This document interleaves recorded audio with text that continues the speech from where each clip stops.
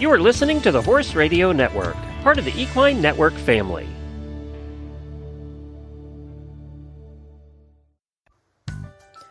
Welcome to the Dressage Today podcast's Training Buzz.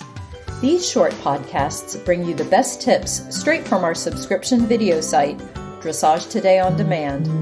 To get full access to all our videos, go to ondemand.dressagetoday.com and enter promo code DTPodcast to save 15% off your subscription. Now, listen in on this week's buzz and enjoy the ride. In today's buzz, we hear from biomechanics expert Stephany Fish Crossman. She starts by watching a young rider moving on her thoroughbred at a walk and trot in both directions, making some observations as to where the rider carries more weight. Then Stephany explains how repositioning the rider can help her be more effective. So when we're looking at rider biomechanics, we're looking at the rider's body as a series of levers and pulleys. And each person, while we all have the same number of bones and muscles, each person's body comes together a little bit differently based on injuries, body habits, training, other occupations. Emma doesn't yet have an occupation, but she will. So those things all play into how we sit on our horse. So Emma's pretty balanced left to right. She is riding with a very long stirrup. You see that the bend in the back of her knee is not very great, which makes it hard for her to get out of the saddle and have a lot of influence on the horse's back. If we were to divide her body up as a front and a back, you can see that the majority of her weight, if we were to fill her up with particles of sand, Emma wants to carry most of her sand in the back of her body. Let's go across the diagonal, come back to me the other way.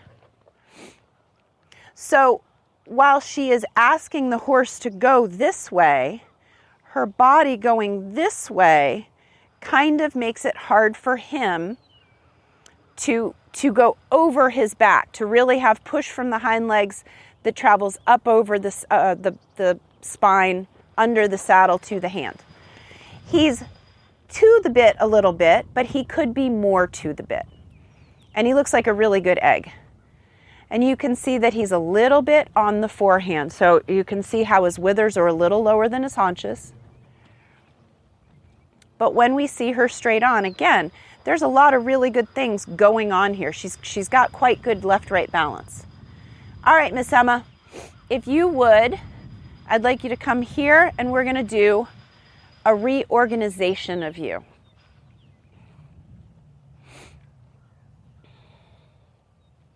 So if you think about your knees, your hips, and your ankles as being the suspension system of your body, those joints need to be able to bounce as we ride. That allows our torso to stay more engaged and more still. Just like we want the horse's legs to bend. The more that they sit, the more that they carry weight over their hind legs. Their joints have to flex more and they lift in the front end. So with the longer stirrup, it makes it hard to have that ability to flex, which is why jumper riders have shorter stirrups. So we're going to start out by shortening your reins, your stirrups. So we've shortened our stirrup. Let's put your whip on the other side. Perfect. Thank you. Okay. So now you can see that her leg wants to come a little bit over the front of the thigh block. If I were looking at the part of her leg that is being used, and you can imagine with your thigh that you have four sides to your thigh. You've got an outside, a front, a back, and an inside. It is harder to see her full seats in the back, and I can see a little bit of her full seats in the front looking at her this way. So I'm going to take her leg and rotate it. So what I've done is taken the femur, which is the longest, strongest bone in your body, and I have gotten the hamstring out of the way. I've laid the femur closer to the saddle. And you can see now that her leg is meeting her thigh block, which is the whole point of your thigh block. There is a better angle at the back of her knee. And now I can see the full seats here, okay? Let's take a little bit lighter foot. Yes. Okay.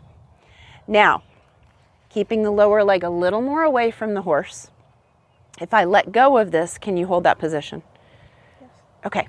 We love young people. They're so elastic. So we're going to do the same thing on the other leg. And one of the things I am noticing is that her right leg wants to come up a little bit more than her left leg. Her right leg was a little more over the knee. Everybody has a funny leg. Not funny, haha.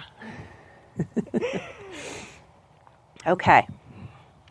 Now, can you feel your seat bones? No. You cannot feel your seat bones. Can you feel your pubic bone in the front? Mm-hmm. Okay. So her lineup here, she's fairly straight through her back, but she is not on her seat bones. So I want you to, without moving this, I want you to think about rotating your belly button towards your spine. Can you feel your seat bones now? Yes. Okay. So what we just did was we asked for her to have engagement in her stomach that helped fill out her lumbar area. Women have an extra curve in their spine that men do not have. So when women are told to sit up straight, we tend to do this. And from your pubic bone to the hole at the base of your throat gets longer than your tailbone to the knobble at the back of your neck. So this isn't really straight. And if we were to take this position and become a horse, we're a horse with our back down, right behind the saddle.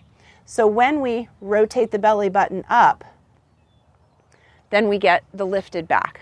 So this flat back comes from belly button back. There we go. Now, if your sternum had a flashlight in it, we want to think, where does your sternum aim? Okay?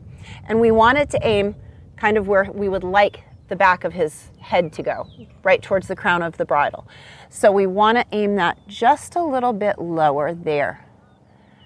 Okay. Now, we've now created this beautiful straight line that the front of her and the back of her matches. Emma, what does it feel like to you? Very awkward. Very awkward. Okay, do you feel straight?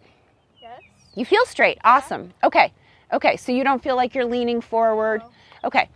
And ultimately the job of the biomechanics is for us to, if I were to magically pull the horse out from underneath the rider's going to land on their feet at any given time.